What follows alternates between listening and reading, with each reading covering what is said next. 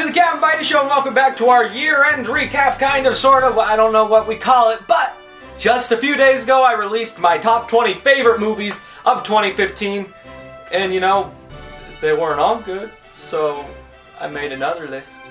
So yeah, we've talked about the best movies of the year.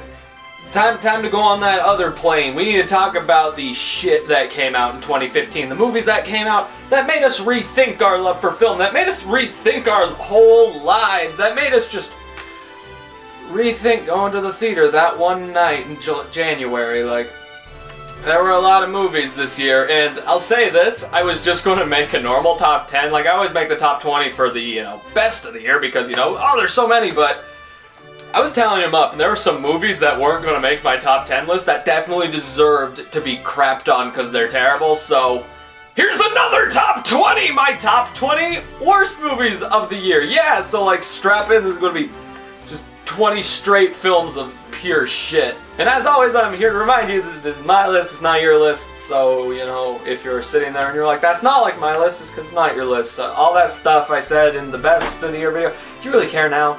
We're talking about the bad shit. Let me talk about the movies that hurt me the most personally, please. So without further ado, let's reluctantly get into this.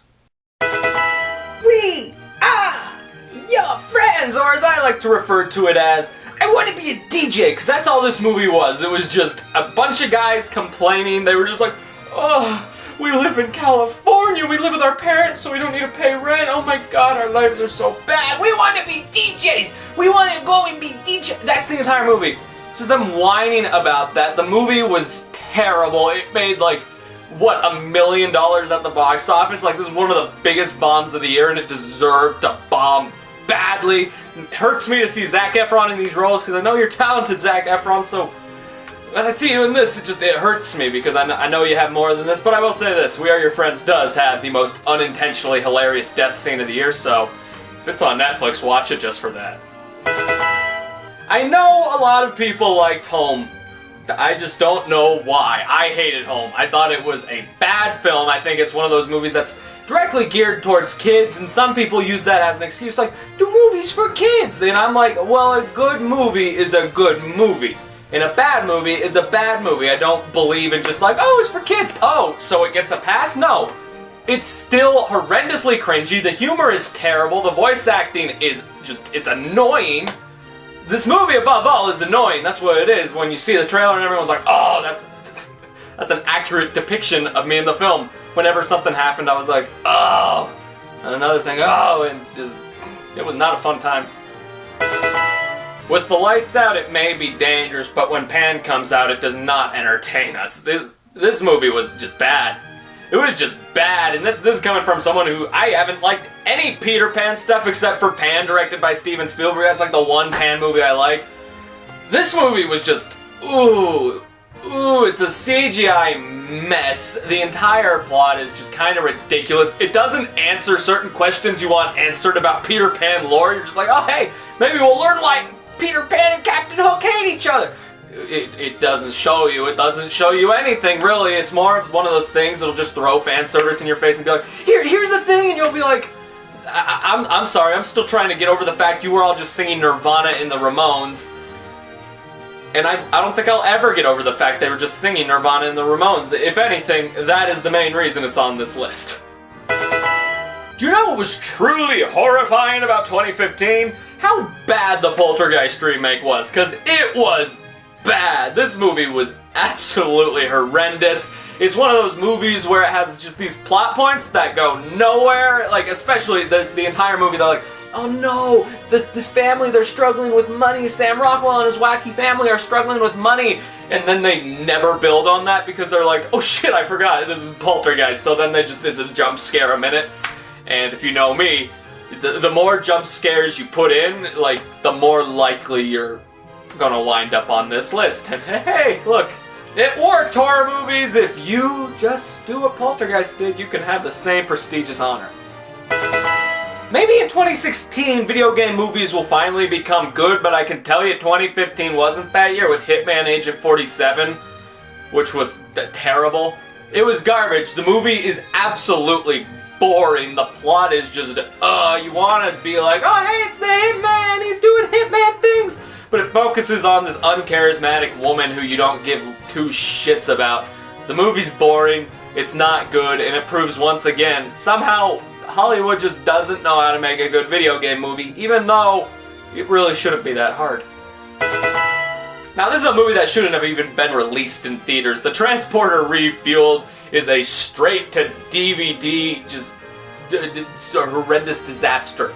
This movie's just terrible. It's terrible. The only reason it's not higher up on the list is because if you watch this movie, like, really drunk or something with, like, a buddy, it could be entertaining. Because it's stupid. The entire film is so stupid, and all the plot points are so stupid, and everything about it is so stupid that if you were really hammered, it would be really funny, because it's not trying to be funny. So, you know, I guess it has that honor, but you still suck. I didn't do a review on this movie, so I can finally say this line. Trainwreck was a train wreck. I hated this movie. I know a lot of people loved this movie. It got nominated for Best Comedy at the Golden Globes. I think it is one of the worst experiences I had in 2015. It is brutally unfunny. I do not find Amy Schumer funny at all. Like, in her outside life, I didn't find her funny, and now I hate her even more because she made me sit through this garbage. That's not funny. It's like 10 hours long of not being funny. So you're sitting there, and you're bored, and you're watching this woman run around. I feel bad whenever I see an actor I care about in this movie. I feel bad Brie Larson was in this movie. I feel bad Bill Hader was in this movie. John Cena was the only funny part of the movie, so congratulations, John Cena, once again. I still hated it. Yo, I wear this thing better than Johnny Depp ever could have. Amor De Guy was like that first movie of the year that made me violently angry. Because I hated it, because it was everything Johnny Depp's career had been going on. Like, if you're sitting there and you're like, why is Johnny Depp's career wrong? Like, just watch this movie. It's trying to be funny, I guess. It's not funny at all. Paul Bettany is the only good thing about the film. Johnny Depp is annoying. Gwyneth Paltrow is annoying. This movie found a way to ruin Ewan McGregor for me, which is normally an impossible task. I'm telling you, if we didn't get Black Mass by the end of the year, I would have never forgiven Johnny Depp for this. I would have never forgiven him. You know, back in 2014 when I saw Divergent, I was like, oh, you know what, that was okay. I had fun with that. I thought it was an okay movie. I'm on this hype train now, right? Well, take me off, because its sequel, Insurgent, is one of the most brutally boring and aggravating experiences I had all year. All the characters are terrible. The story is dumb. It's all just watch 7. Because this entire movie is them going, what's in the box? What's in the box? And it's that for an entire movie. And when you find out what's in the box, you don't give a shit. The best part of this movie was the end credits because they meant I could leave and go get my gold Mario on me. Well, that's when I got gold Mario. It was that day. And I remember it for that, not how bad a time I had with Insurgent. Adam Sandler made 2 movies this year, and both of them are on this list, I can guarantee you that. But the first one to make the cut is Pixels. Wow, talk about a movie that makes you hate the things you love. I mean, I love old video games, I love Pac-Man, I love Centipede, I love all this shit. Frogger shows up for a second, and I was like kind of anticipating this movie. I was like, that sounds like an interesting concept. Video games that come to Earth, they're attacking people. That's cool, and we need to stop Pac-Man. Pac-Man's a bad guy. Adam Sandler ruined it. He comes in, Adam Sandler for one, he's just sleepwalking throughout the entire movie. Josh Gad screams the entire movie. This movie found a way to make Peter Dinklage unwatchable. It's amazing. It is a movie that makes you hate the things you love, and for that, fuck you. Child 44 was the most boring movie of the year. This movie's lifeless. There's nothing to it. You're sitting there, you're like, ooh, child murder. That sounds thrilling, and the entire thing is just... It's about like, oh, my wife's a spy, oh no, I hated everything about this movie. It would never end. I watched it really late at night too, which was a bad idea because then it would never ever end. And it hurt me physically because then I got less sleep that night. So, fuck. God, when you can make Tom Hardy piss me off, and Gary Oldman piss me off, you've done wrong. What the fuck happened with Aloha? What? This is the only word that came out of my mouth when I got out of Aloha was what? What? I love Cameron Crowe, and I love everyone involved in this movie. It's got Bradley Cooper, Emma Stone, Bill Murray. The trailers, they were all right, but they were sitting there and you're like, oh, it's got this kind of philosophical view on life. It looks beautiful and, interesting. It's the weirdest movie ever. It's so weirdly put together. It feels like the entire time everyone was making this movie, they took 10 mushrooms, then they were like, we're going to make a movie now. It's so weird and just discombobulated. It doesn't fit together. Certain parts of the movie that feel like they should be towards the end or in the beginning. All the characters are weird. This movie, it's a bad trip. That's what this movie feels like. You can have a good trip or like something interesting, but this movie's a bad trip. This is when you think a bad thought on the trip, and Aloha shows up, and you're like, oh no, Emma Stone's Hawaiian. I feel like Jupiter Ascending is finally that nail in the coffin that tells us, yo, the Wachowskis made 2 good movies, let's stop them. Let's stop them now, don't let them touch it again, because what the fuck is Jupiter Ascending? This is such a strangely dumb movie. It looked like a cool action sci-fi film. It was dumb. Mila Kunis leads us as our incredibly weak character who's just running around. She just wants to bone Channing Tatum, who is part dog, by the way, to the point where one of the best lines of the year is, he's just like, I'm more dog than I am man. And she's like, I love dogs. I've always loved dogs. It's just has some of the worst dialogue of the year, but it did teach us something important that will follow us throughout our lives, and that is bees can sense royalty.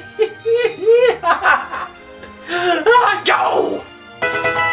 What can be said about Fantastic Four that hasn't already been said? Probably nothing, but I'll just repeat what everyone else has said. It's terrible. It's a train wreck. It's a disaster. This movie is an absolute disaster. Never in my life have I seen like a movie with such behind-the-scenes production problems. Have I ever seen those like so clearly work into the film? I mean, the movie, it's bad through the first act. You're like, it's this boring. I don't like it, but at least it's still a movie. But the second, spoiler alert, the 1 year later mark comes up, the movie goes into free fall. It's one of the worst third acts I've ever seen in my life. It astounded me how bad this movie was. Sometimes I go back and I watch the first trailer for this film and I wonder what could have been. And this is amazing. This is amazingly bad. I'm honestly shocked it was this bad.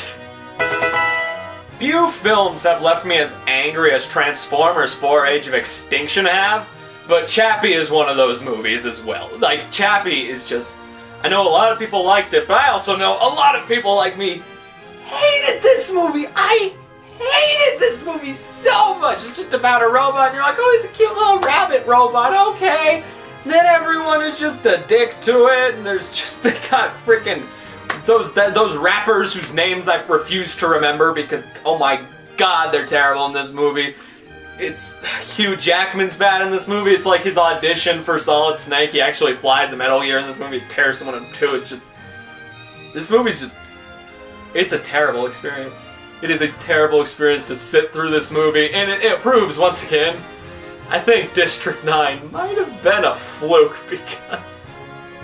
What is this? The Gunman is a movie that if you were really, really drunk and you had a friend, it could be fun. Because I'll say this, when I saw The Gunman, I was not bored during The Gunman. I had a fun time during The Gunman, but that's because The Gunman is terrible. It's this movie that is taking itself so damn seriously. It's just like, it's got this message because Sean Penn, and they're just like, oh hey, Sean Penn's an assassin, he's gotta do this and save the world, It's one of the most terribly bad, so bad it's funny movies I've seen all year. So I'm telling you, there are scenes in this movie that are just played to just this intense seriousness, and you can't help but burst into laughter. And that's not just me and my friends. That's the entire theater when I saw this movie. There were scenes in this film where they would say something, just uproarious, hilarious laughter. There's one point where I screamed, what? In the end it turns into goddamn Looney Tunes. The Gunman is a movie I recommend if it's on cable and you're drunk, but if it's neither of those things, burn it with a blowtorch. And the award for most annoying movie of the year goes to Hot Pursuit. What'd you do, Reese Witherspoon? Last year you could have won an Oscar with Wild. I was just like, oh wow, I'm back on the Reese Witherspoon train. Then she does this. It's her. She plays a cop, a little cop who talks like this, and she plays by the rules. And then Sofia Vergara is there, and she's like, "Wah!" The entire movie is them driving around. They are in hot pursuit while that is going on, and it's so annoying. It's the most annoying movie of the year. It's just literally screaming in your face for an hour, and you want to die, but it won't let you. And the first movie I ever gave an F- out of 10 to, Seventh Son. Wow, wow, wow. A lot of you have commented on my review of this movie saying, oh, it's based off a book, and the book is so good. And I feel bad for you then, because this movie is terrible! It's one of the worst movies I've seen, period. It's hysterically bad. I'm telling you, it's one of those movies like The Gunman. You watch it, you're drunk, you have a friend, and you're going to laugh your ass off. How bad this movie is. The effects are terrible. The story is terrible. The acting from Oscar-nominated actors is terrible. It's hysterically bad. This is one of those movies I'm shocked it got made. I'm shocked it got released. I'm shocked I sat through it. I'm shocked I didn't walk out. Wow! You've all been probably wondering where this one is. Gem and the Holograms is one of those movies that made me incredibly not happy. It made me furious, you could say. Like, you all watched my review. You all loved my review. I loved my review of Gem and the Holograms. It's the best video I've ever made, in my opinion. So I thank Gem and the Holograms for that, but I do not thank it for the 2 hours of my time it wasted that I will never get back. It is one of the worst adaptations of a cartoon I've ever seen. It's so loose, too. It's just like, we're just gonna, it's gonna be, oh, hey, these girls, and they go on YouTube, and they're like, oh, we're famous! Because that's how it works. That's how it works. Yeah, oh, yeah! And then, oh, no! The music's probably gonna tear them apart. Oh, no, it's not like I've never seen that before, and all that happens. All the while, just because they're like, oh, fuck, I forgot this Gem and the Holograms. Throw BB-8 in there! We need BB-8 in there! We're gonna go on a treasure hunt to find some weird hologram of her dad, and it's gonna be weird, and he's gonna look down at her, it's gonna be weird and kind of gross, and you're not gonna like it. Whew, this has been fun! I feel like this has been therapeutic. Unfortunately, it's time for it to come to an end, because it's time for my #1 worst movie of 2015. And oh boy, this movie's deserving.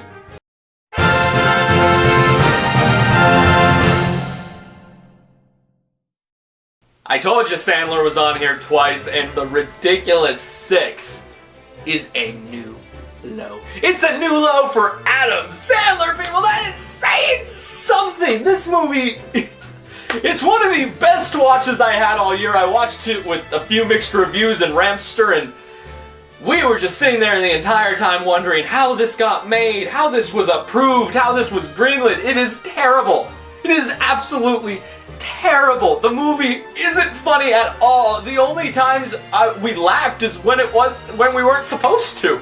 The only ones actually genuinely laughing at this movie are the people in the movie, which is a total Adam Sandler thing nowadays. Is, oh hey, the only people laughing are the actual stars in the movie. They're laughing in the movie. They're like, look how funny our joke was, and I'm like, it totally wasn't. It's offensively bad too. This is one of those few movies I'm never offended, and I felt bad for like Native Americans by the time this was over. I'm like, I'm actually offended, or for more people than just Native Americans. This offends everyone, the mentally challenged, Mexicans, black people, me for having to watch it. It is terrible. It is one of the worst movies Adam Sandler has ever done, and what is terrifying about this movie is it's only the first of many straight to Netflix Adam Sandler movies we have ahead of us, so guess I'd better get ready to watch those for the story.